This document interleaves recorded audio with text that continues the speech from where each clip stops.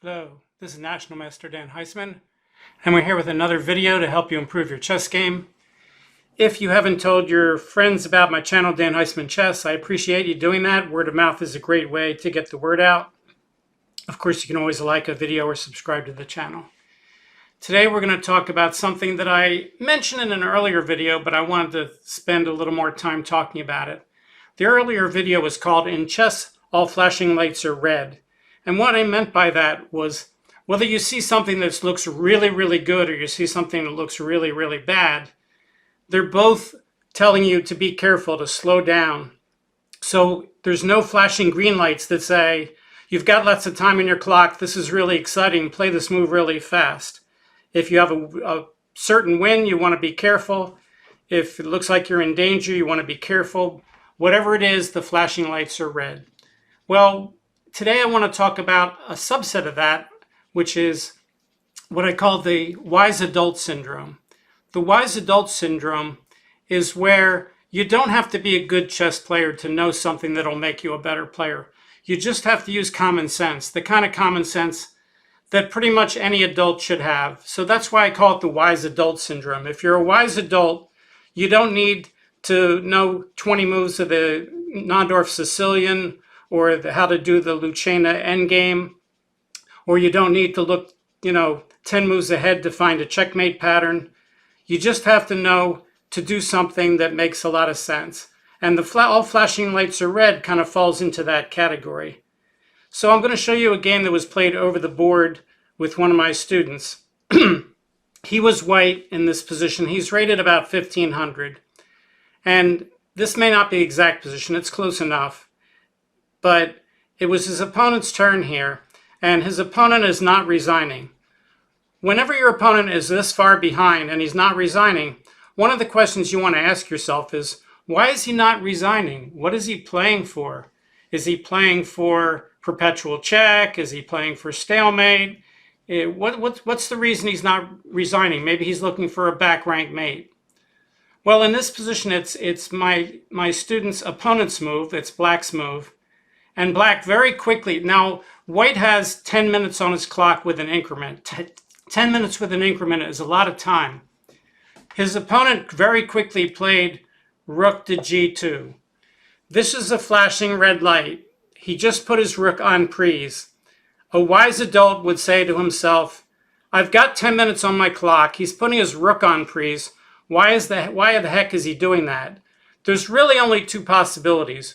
One is black just played too fast and blundered, and he's losing a rook. And the other is maybe he's setting some sort of trap, maybe a stalemate trap. Whichever one it is, a wise adult would know, don't make this move fast. Think about what in the heck's going on. You've got your opponent holding up a big sign saying, take my rook, and maybe he's right, maybe you should take the rook, maybe it was a big blunder. Or maybe he's setting you a trap. But either way, when your opponent holds up a big sign and says, you should do this, then you should be very careful. That should tell you that there's something wrong. So when you're in these kind of positions, if you're a wise adult, you don't need to be a good chess player to do one thing, which is take your time, try to figure out what in the heck's going on here. Well, it turns out if white plays the check rook to c4 check, because of the sneaky pin, that's checkmate. But white didn't do that. White looked at the board and said, oh, my opponent just played fast and put his rook on prise.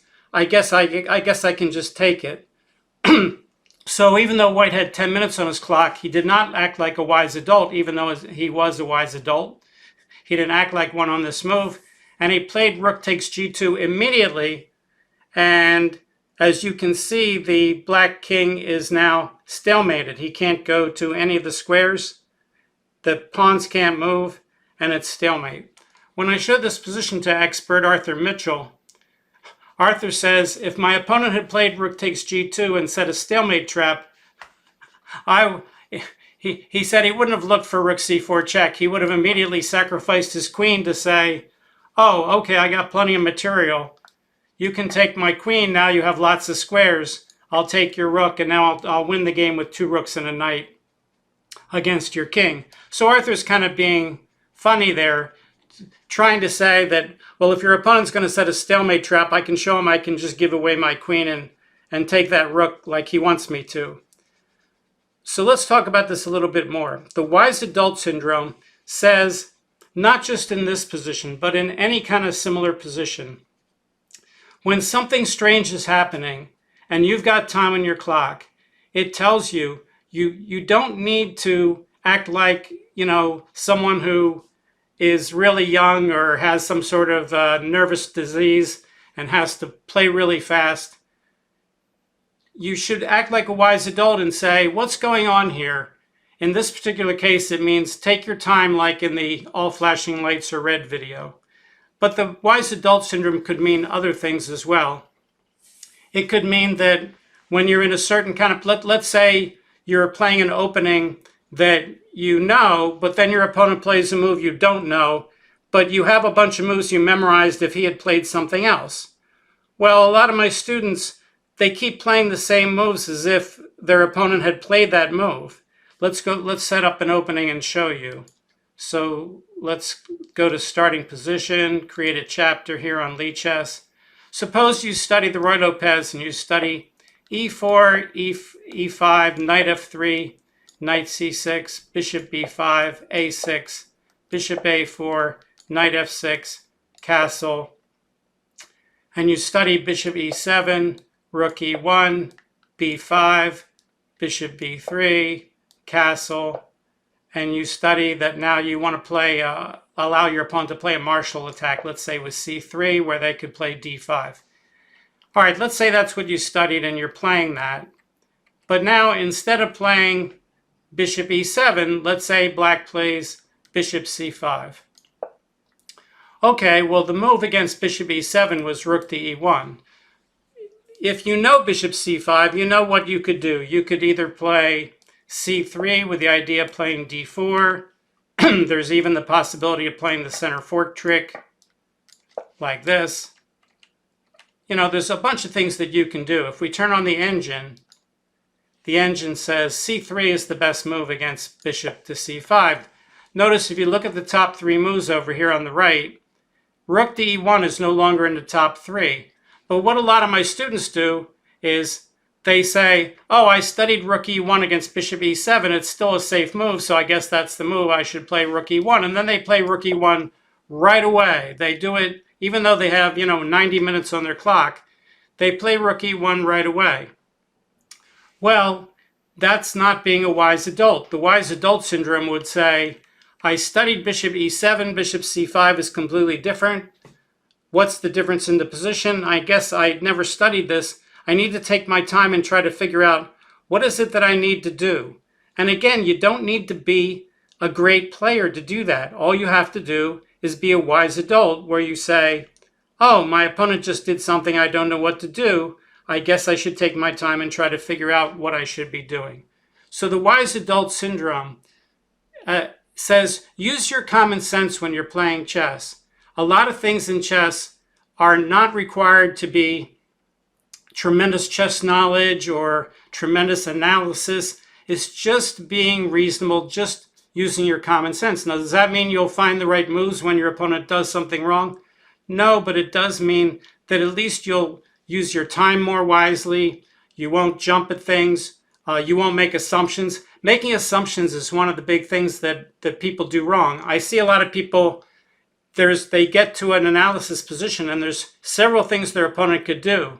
But instead of being a wise adult and saying, well, they could do any of these things, they just say, well, what if he does this? And then they spend all their time analyzing that one move, when in fact their opponent has multiple reasonable moves. Instead of being a wise adult and saying, well, they could do this or this or this or this, and I need to look at each one, they just say, what if he does this?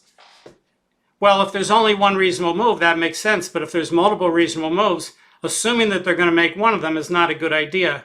And again, you don't have to be a good player to realize your opponent doesn't have to make that move. All you have to do is be a decent enough player to realize they've got alternatives and you have to consider the alternatives.